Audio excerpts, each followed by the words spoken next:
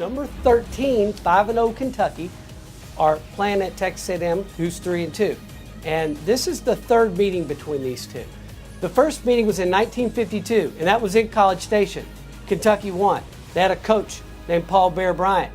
That same coach in 1953 was at Kentucky when Texas A&M came in, and they beat the Cats. Well, Coach Bryant at that time said, if you can't beat them, join them. So that year, next year, he left the University of Kentucky, became the head football coach at Texas A&M, and Kentucky hasn't played them since.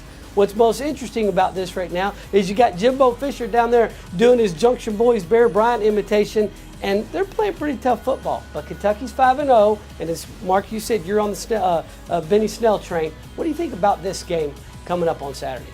Well, Kentucky's 5-0 for the first time since 1950, so they better relish it now. Traveling down to College Station, it's going to be a heck of a ball game. It's going to be a physical, close game. But look what their defense did against South Carolina. They forced 4 turnovers in their last game. Kellen Mond, the quarterback for Texas A&M, has had 2 interceptions in each of the last 2 games. If they can come up with interceptions in this game, they can win this game. But they have to play it close to the vest and keep Texas A&M in the phone booth and just pound the football with Snell Jr. I think they're going to win this football game. I told you I'm on Benny Snell's bandwagon right now. 5'11", 224 pounds of football, and this defense of Kentucky is tied third in the FBS, only giving up 12.6 points per game. I think Kentucky wins it in a close one, 27-24.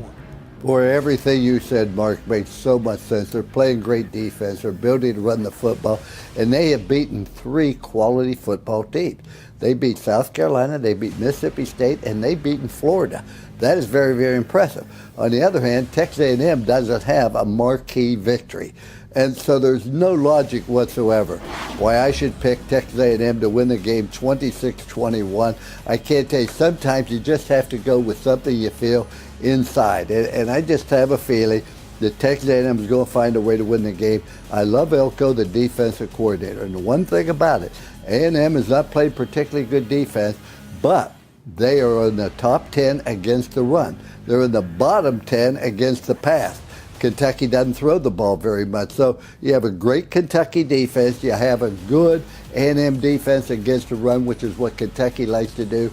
And so I just think for some reason, I cannot explain it, A&M finds a way to win the game. As I said, just like when you argue against Notre Dame, Mark, it makes no logic. It makes no sense how you could think that. And that's the same way I feel about this game, but I'm just going with my feelings. Not my hatred, my feelings inside.